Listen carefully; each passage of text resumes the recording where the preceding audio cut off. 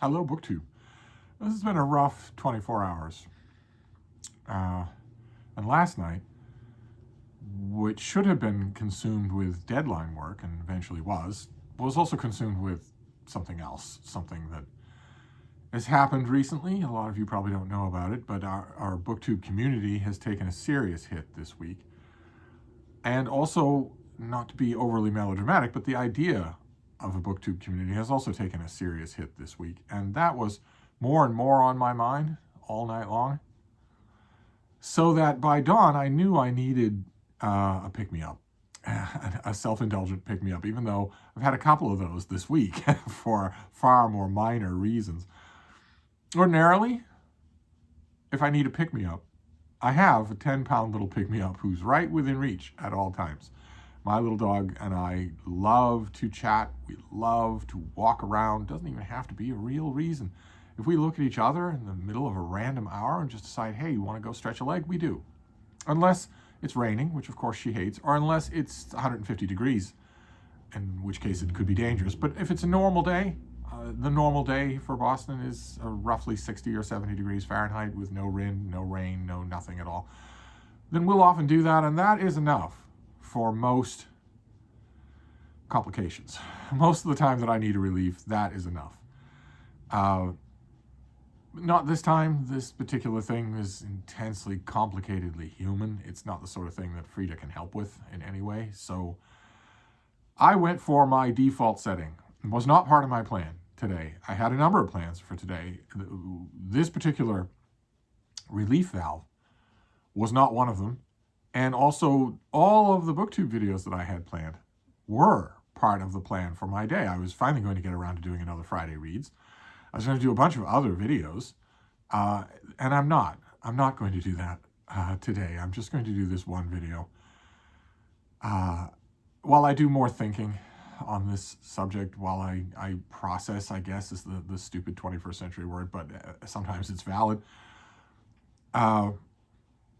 While I do all that, there's no reason to drag you through all that. But I did make use of the relief valve that I have used for the better part of a century, and that is the Brattle Bookshop here in Boston.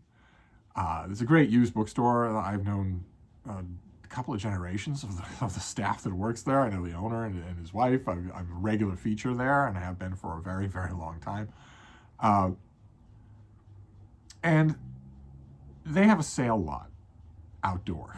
They have an outdoor sale lot. It's not an outdoor cart or an outdoor couple of carts or even an outdoor row of carts like you get at the Strand in New York City. Instead, it's a whole lot. It's thousands of books for $1, $3, and $5, sorted in no other way, just by price. So you can, it's just a wilderness of books, just a wilderness. And it's wonderful. It really is wonderful. I know we all take our mental respites wherever we can find them. I know people who go out target shooting with rifles, with guns, when they feel like having a respite. I can't imagine a less respiteful thing, but they do. It works for them. We take it wherever we can, wherever it comes to us. And from time immemorial, when I have had some darkness on the horizon, something bothering my day, I have gone to the Brattle Bookshop. Whether that something is the death of a dog, or the estrangement of a friend, or the thwarting of a dearly held dream, I go there. And it's nothing more than that. I go and I just look at the books. I just go and roam around and browse those books. There are new books out in the sale lot. There are books from last year or 2 years ago. There are books from 150 years ago. And everything in between. All the 9 Days Wonders are out there. All the publishing phenomenons are out there. All of the long sets of books that I waited for eagerly. One book every 2 years. One book every 2 years. Eagerly waiting for the next volume. All this, it's been decades and decades. All the sets are out there for $1 a piece. It collapses time, and it also brings me into time.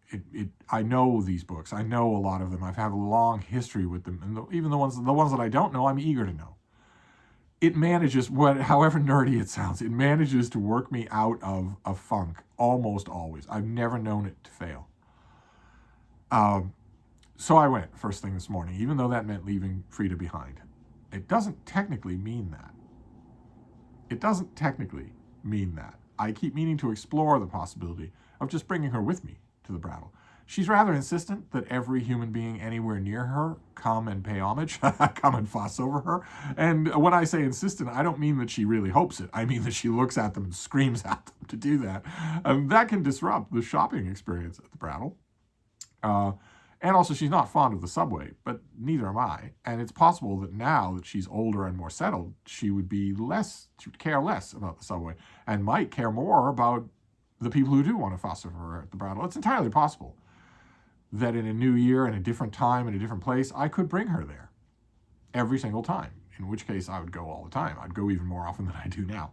I had to leave her, but she's older now, and she mostly just settles and snoozes or outright sleeps, just hard sleep while I'm gone. Or she sits at her window and looks at the world and growls at all the people who are moving without her permission. So it wasn't much of a trouble. That wasn't much of a trouble. I knew that this would help, and it did. It did help. I went to the Brattle Bookshop. I browsed around. I talked with everybody there. I browsed inside the shop as well. And I got a bunch of books.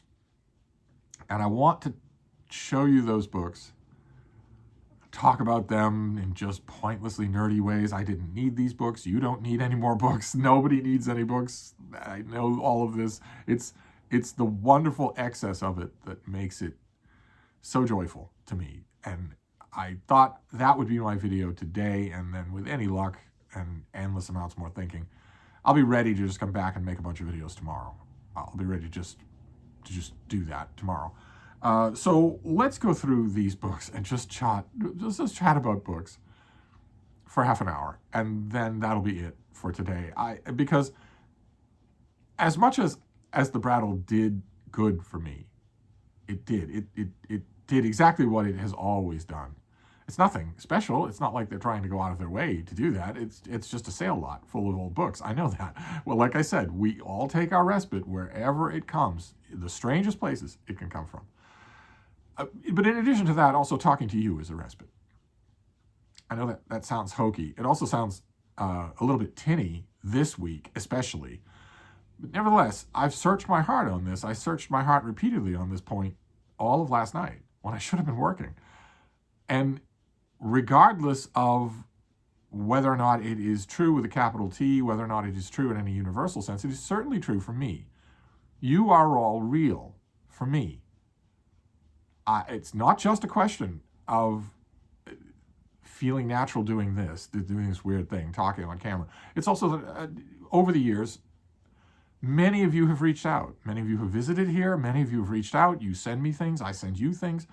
You are real to me, and talking with you every day is a boon.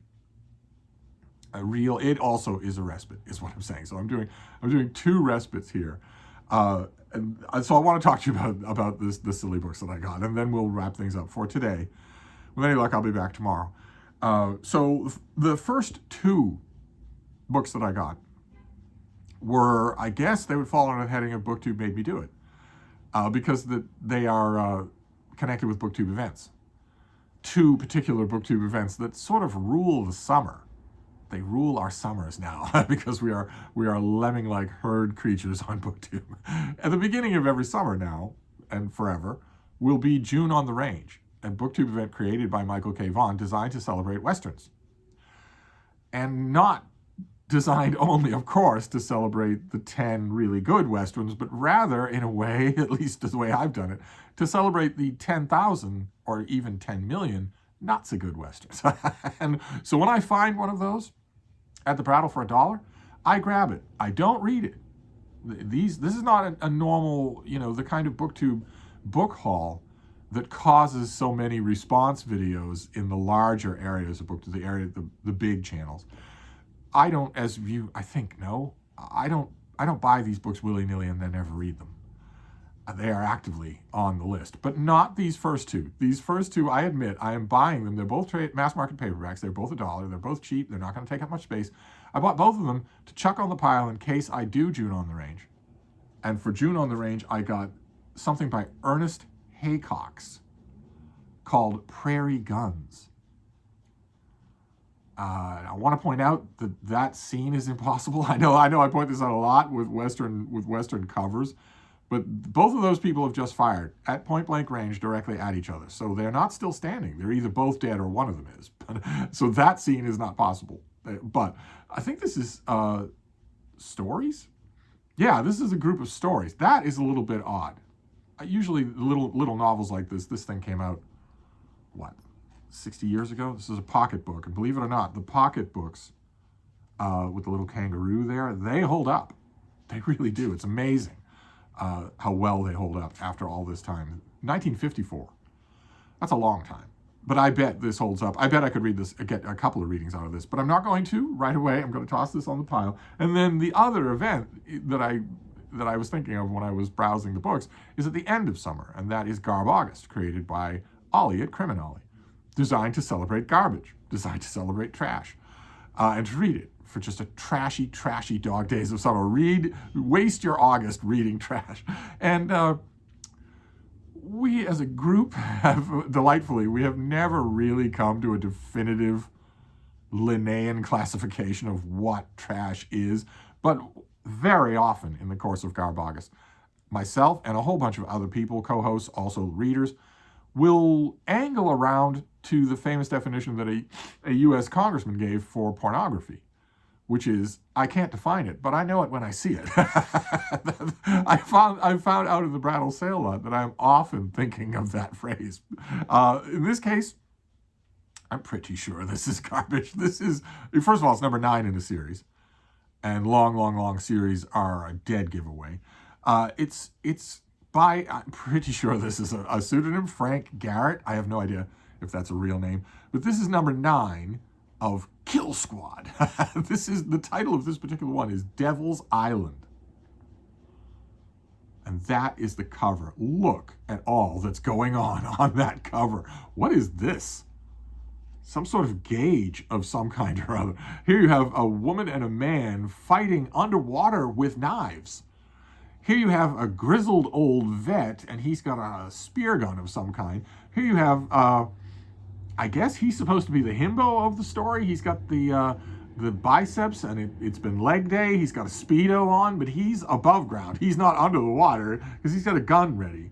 And in the background, you've got this magnificent tiger shark that's just swimming by like that. What a weird cover. And this is the Hangman. I guess one of these guys must be the Hangman, is after cocaine's deadliest kingpins, but it's a lively blonde who may be his fatal overdose. But she is a brunette, so I don't know. I don't know. I've never read any. I don't think I've read any Kill Squad books, much less the first one. I'm guessing that I can read these out of order, so I'm gonna toss this on the pile for Garb August. Then in continuing with the paperbacks, in a trend that's been true, I've been to the Brattle several times in the last week. I have been overdoing it even for me, although not as much as I have in the past. There were years and years and years and years where I worked at the retail Barnes & Noble right around the corner from the Brattle on Washington Street. And every day at lunch, I would go over to the shop. Almost every day. Unless I had some extraordinary thing that I had to do, I would go over there and browse the books. And usually come away with something. But lately, I don't go, this is, I think, 3 times in 1 week. I don't usually do this. But lately, as I've been going there, I found a Penguin Classic. A Black Spine Penguin Classic. Every single time. Today, I found 3. I've had all these before, but I grabbed them all to just give them a thorough look when I shift from new release reading to non-new release reading in just a few weeks. And the first one is the CWRD. A convention for Penguin Classics for a long time was that the people who did the translating or who wrote the introductions would have a surname and then an alphabet soup of abbreviated initials before their names. This would be a given name, a middle name, a confirmation name, and something else, because this is 4 letters. This is, usually you get 3. This is 4. C.W.R.D. Mosley. Utterly ridiculous. Use your first name and your last name. Utterly ridiculous. But this is his translation of the Travels of John Mandeville. which was once upon a time, for a long time, the most popular book in the world, at least in the Western world. It was translated, it showed up during a couple of centuries. It purports to be the travels of an Englishman going to the land of the Tartars, or the court of the great Khan, seeing all sorts of amazing things. And it came about, 1,000 years ago, so at the first vogue of travel writing. But I want to stress, I think if I remember correctly, I had this as a mass market paperback. I don't think I've ever had this as a trade paperback. But I think if I remember correctly, A, B, C, D, E, F, G, H, I, J, K, L, M, N, O, C, Mosley, stresses in his introduction that it could be about nothing. This need not be about traveling at all, because the author, if there was a John Mandeville, no idea. We don't know anything about him other than what he tells us in the book. But he could have written about anything, and it would still have been a bestseller, because it's so enjoyable to read. And if I remember correctly, this translator does a good job of capturing that. I noticed his bio note at the beginning ends with this line, which I thought was rather charming. His enthusiasm for Mandeville resulted from the chance finding of an old copy in Cambridge University Library, and is now of many years standing. It seems to be increasing. His family and friends have been very forbearing. His other activities are of no particular interest, save to his anxious family, his neighbors, and the surrounding wildlife. I haven't read this in forever and ever and ever. I think this came out in the 60s. Is that right? What is the translation copyright for this? Oh, no, the 80s. Okay, maybe I haven't read this one, though. Penguin had a Mandeville volume in mass market paperback before this. Maybe it wasn't, or maybe I'm just collapsing time. But that was one of the paperbacks that I got in perfect condition, so it follows the trend. But there were two other trends as well. These probably came from the same person, because although they are separated by centuries, they are the same kind of thing. One of them is, one of them isn't.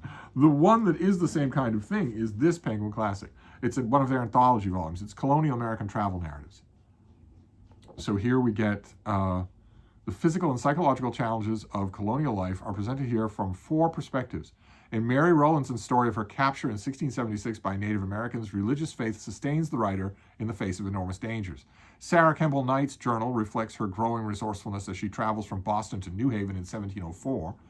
William Byrd, the Pepys of the Old Dominion, records the body's secret history of the 1728 expedition to survey the disputed boundary line between Virginia and North Carolina, and Dr. Alexander Hamilton's vivid descriptions of colonial life, written in 1744, mark the transformation of the colonist from outsider to resident.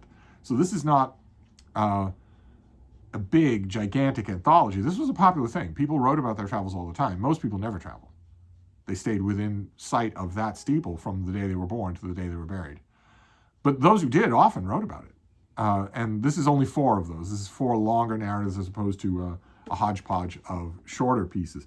When it comes to a hodgepodge of shorter pieces, that is the other Penguin Classic that I got today, which I don't think I had this once upon a time. This might have come up in a Penguin Classic bookcase haul, or maybe the Daily Penguin, but I'm pretty sure that I don't have it anymore. The minute I saw it at the Brattle today, I thought, oh, you did get rid of your copy of that. And that's this. This is edited by Giles Gunn, and it is an anthology of early American writing. And that on the cover is the Reverend Ebenezer Devotion. And notice what you're supposed to notice on this cover. In addition to his stern, unsmiling face, you're supposed to notice all those books. This was done in 1770.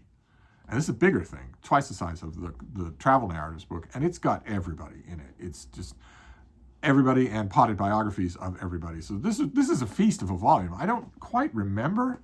I'll have to check the Penguin shelf here. It's possible that I am misremembering and that I do have a copy of this already. I don't think I do. I think I got rid of it in either a Penguin Purge, or I got rid of it because one of you wanted it, and maybe I mentioned it on a video. Maybe I got it from Penguin directly during the course of this channel's lifespan. I'll have to check and see. I'm pretty sure I got rid of my copy. So there it was again. I found it. So that was 3 Penguin Classics that I found today. And then continue with the paperbacks. I found a slim little paperback of something that I haven't reread this thing in forever and ever. It hasn't been since it first came out. I've read it since then.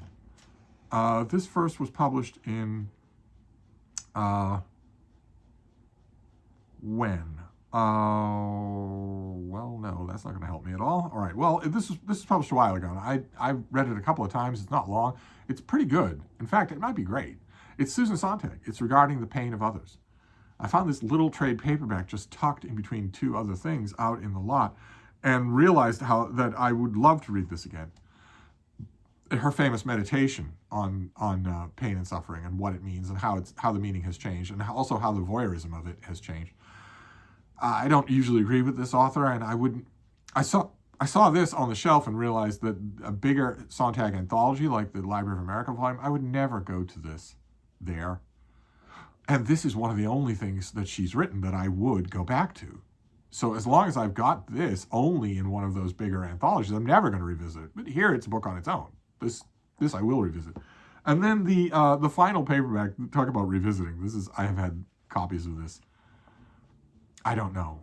Probably half a dozen times. One of the incredible benefits of a shop like the Brattle with huge turnover and a gigantic reach.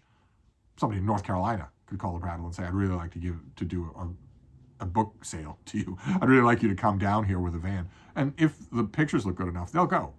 So they have an enormous reach, which means that the kind of a used book, the kind of an older book that in a normal used bookstore in a suburb of some, normal city, they might see a copy once in the whole time that they're open. And if you're not on ball, you won't see that copy at all. Whereas at the Brattle, the most arcane thing in the world, you will end up seeing another copy. That's why I mail out so many things to people, because the Brattle will provide. And most people don't have a used bookstore like that. So if you're in the suburbs of Cleveland, and you don't have any used bookstores anywhere around you, and you don't travel, maybe you don't have a car, and you don't want to trust shopping online, you're not going to see anywhere near the fraction of the books that I see, even in this 1 week at the Brattle. So every time I've had this book, I've got rid of it. I'm pretty sure I've shown it on this channel before, but it has deep significance for me. So I found it again today. I grabbed it. I will hold on to it unless it goes out the door again. This is a big book by James Good on the outdoor sculpture of Washington, D.C.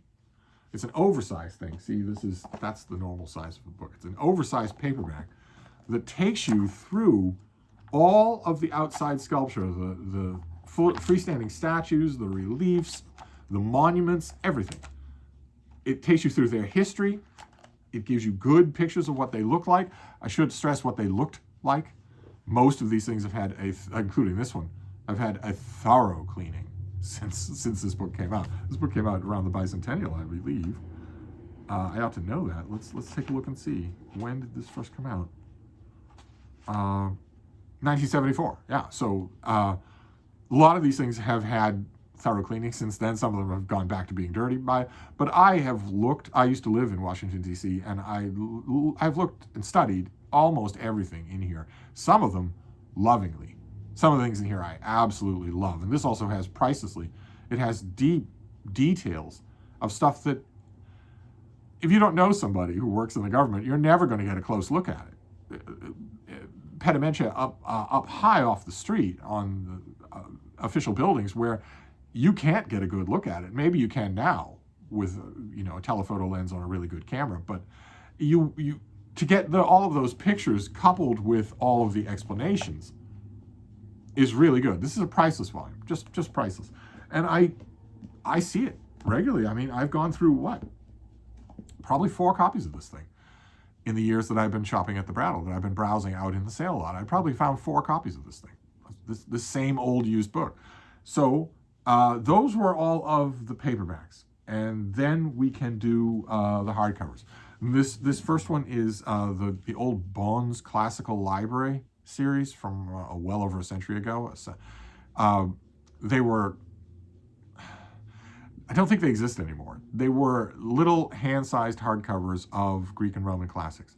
You got a translation of some kind, but the main thing that always drives me to them when I see them, once upon a time, like 30 years ago, there was a whole set of them that came out in the sale lot at the Brattle. I still kick myself that I didn't get them. I vividly remember seeing them. I vividly remember thinking, you're not going to see a whole set like this very often. And I vividly remember nowadays why I didn't do it, because I had to lug them back to Barnes & Noble and then lug them home to my Beagles, and I didn't want to do that. Can you imagine?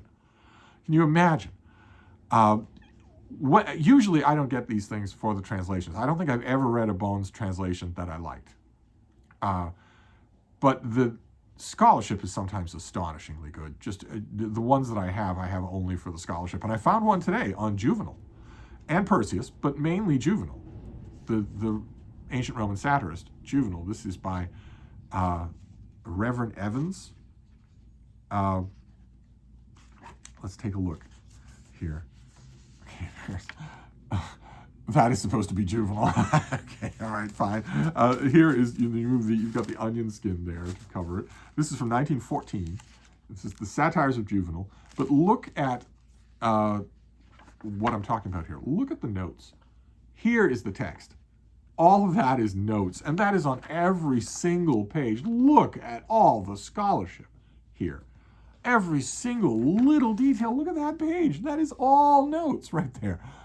That is priceless. Absolutely priceless. Unless Reverend Evans is a moron, that's going to be priceless. That's going to be amazing to do. I have Juvenal as one of my favorite authors. I have him already. I do not need the English language trot. That's what these things were. They were mainly trots for students. So not in all cases, but in a lot of cases, not much care was put into the quality of the translation. So I have to fix this a little. I think a spot of glue and maybe a little tape stuck down the side there. We'll fix that as much as it can be fixed. That's from someone carelessly pulling the book off a shelf like this. You should never do that. You should never do that. Piece the book out and pull it out by the whole body. Don't ever pull it down like that. But I think I can probably fix that. I don't need to fix it much because I don't plan on giving up this thing again. When I keep these things, I keep them for the scholarship. That's going to be wonderful. I doubt I'll even read the translations of Juvenal and Perseus in this volume. I think I'll just stick to the scholarship. So that was one thing. Then this next one is probably the find of the day. I haven't seen this out in the wild ever. That usually is the standard by which I judge the prize of the day. This is Lawrence Block. A lot of you will have read his murder mysteries, the Matthew Scudder murder mysteries. They were once upon a time really popular, and he was incredibly prolific with the Scudder books and with a whole bunch of other stuff. He was incredibly prolific. He learned very early on in his writing career the skills, I would argue it's a suite of skills, necessary to produce clean copy at speed. I don't know, I know I promised writing videos. I was halfway thinking about making a writing video today to commemorate the end of NaNoWriMo, but all of the videos are going to have to wait. But I was thinking about that because I too have mastered that skill, and I was trying to think about what it is. What is that skill? An old friend of mine once upon a time referred to it as circular breathing. I think it mainly is the complete decoupling of the inner editor from the inner prose generator, which isn't to say that you don't care about what you're writing. It's just that those two things aren't connected. They're completely different skills, which is why you can hire someone with just the one and not the other. You can hire an editor from whom you're expecting not a single word of prose. I think that it's just that, but there might be more. It'd bear deep thinking, and Lawrence Block did it. I don't know if he's still alive. I can't imagine that he would be, but every time he must have been born in the 1930s.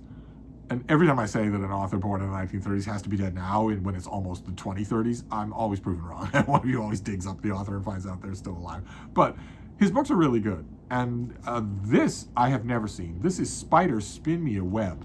It's him talking about writing. It's pieces about writing. It's about, oh my God, okay.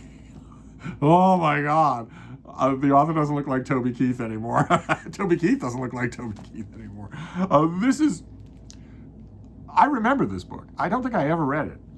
It's meant to be didactic in a way. It's meant to be, here, let's go over plotting, let's go over dialogue, but Block can't do this. He can't write a book like that. He can't write a user's manual. This is going to be full of him, of his personality, his terrific personality on the page. I know it will be. So that was wonderful to find. Then I found something that, a short biography, Barnes & Noble reprinted it, and I sold this at Barnes & Noble over and over again. I had it a couple of times, but I didn't keep it. I don't know if I'll keep it now, but I'm certain that in the next few weeks I will want to reread this. This is W.L. Warren. the historian W.L. Warren, who is most famous, he's dead now, I'm sure he's dead, he had to have been born in the Victorian era.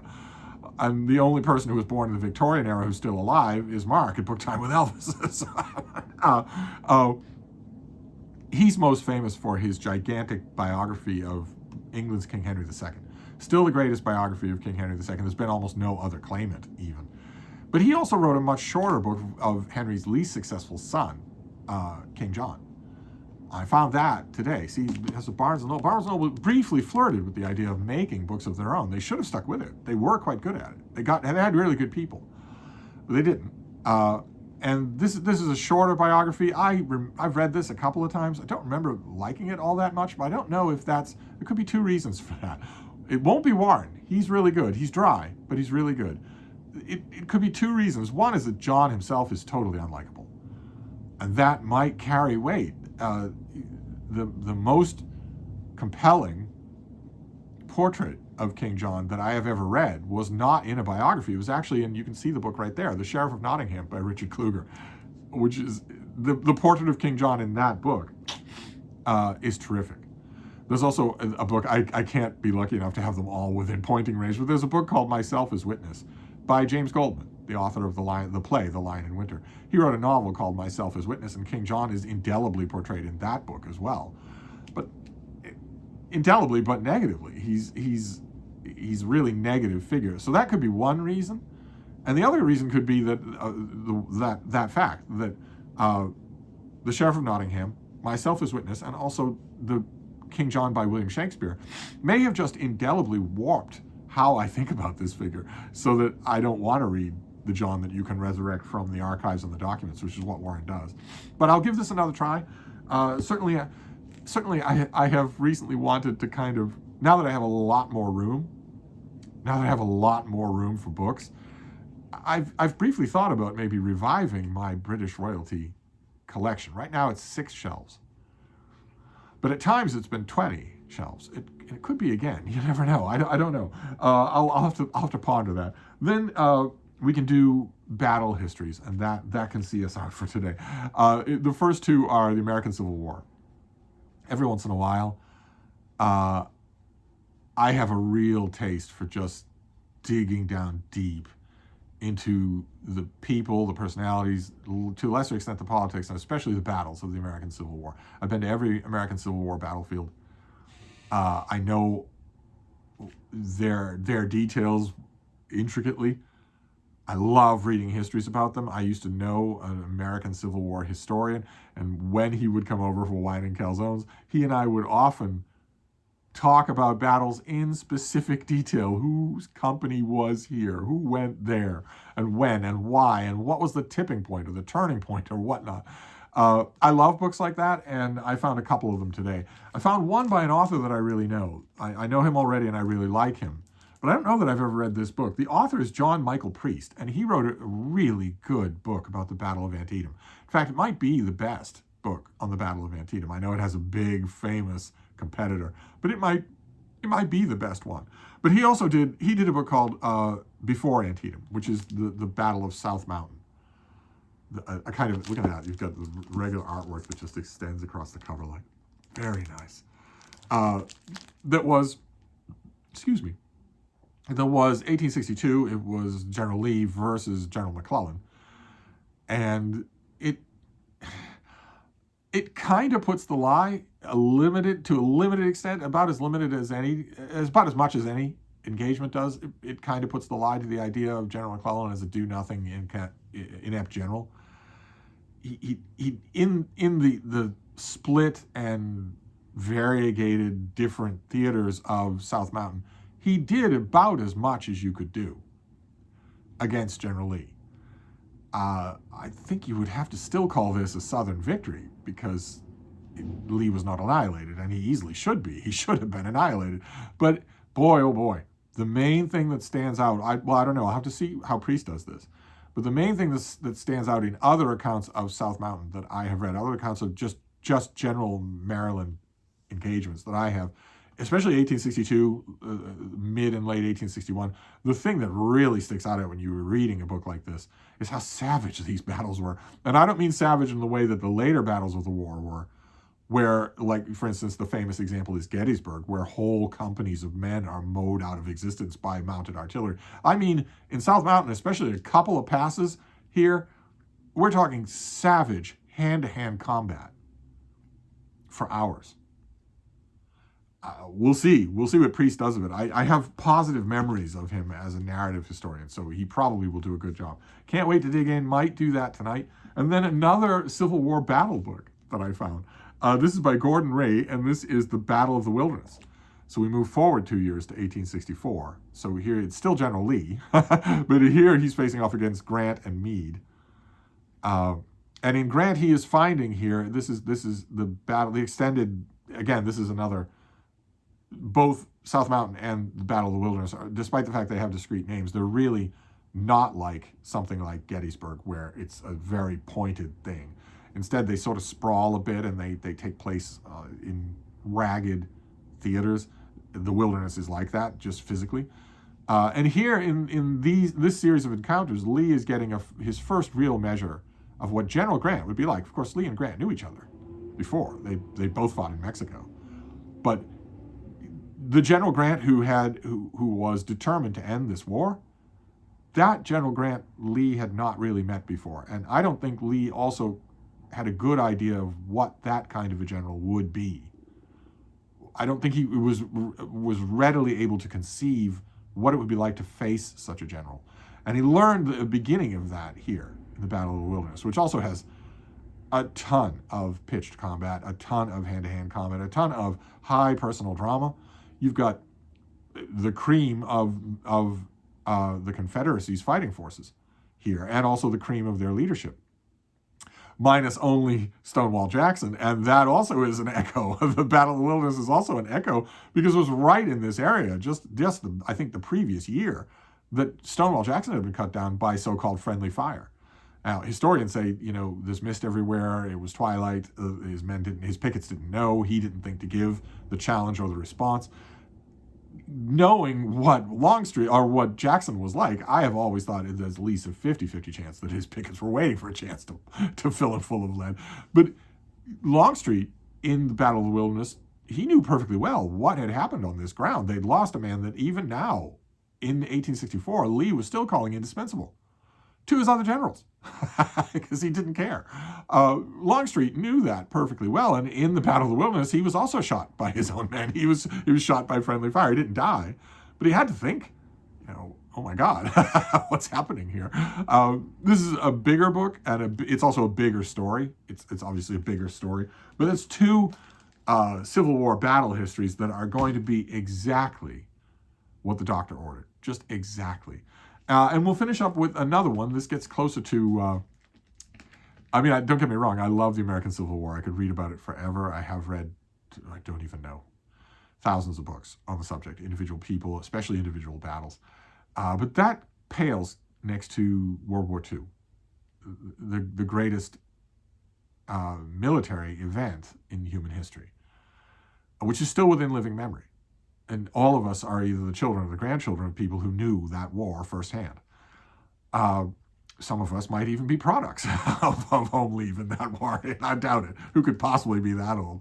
But I love reading about Second World War. I once had, much like the Royal Biography Shelf, I once had hundreds of books and whittled them away over time, various book shrinkages. I'm now still in the middle of a big book shrinkage, so I don't have anywhere near as many as I once did. But it doesn't mean I don't like to read them. If I find them for $1, I found this thing for $1. Of course, I don't think I've ever read it before. I'm of course going to read it. Maybe it'll be a keeper, maybe it won't, but it'll still be fascinating.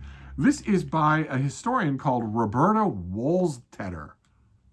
I don't know that name at all. I don't think I've ever read this author. It has a blurb by Samuel Eliot Morison, who's an American historian that I do know. And this is Pearl Harbor, Warning and Decision. Morison's blurb is the best book by far on the question of why we were surprised at Pearl Harbor, which presupposes that we were surprised at Pearl Harbor, and we'll have to see what we make of that. This won the Bancroft Prize in 1863. No small shakes there, a major prize. I don't think I've ever read it. It's not ringing a bell. Certainly the ugly cover is not ringing a bell. I think I would remember this if I'd read it. I've read a lot on Pearl Harbor, but I think I might have clean missed this one. So I was happy to find it. It will certainly go on the list of these, of all of these books. A lot of you want to know when I do a Brattle Haul, you want to know what the find of the day was. And you also want to know what book is most likely to make it onto the reading pile that night.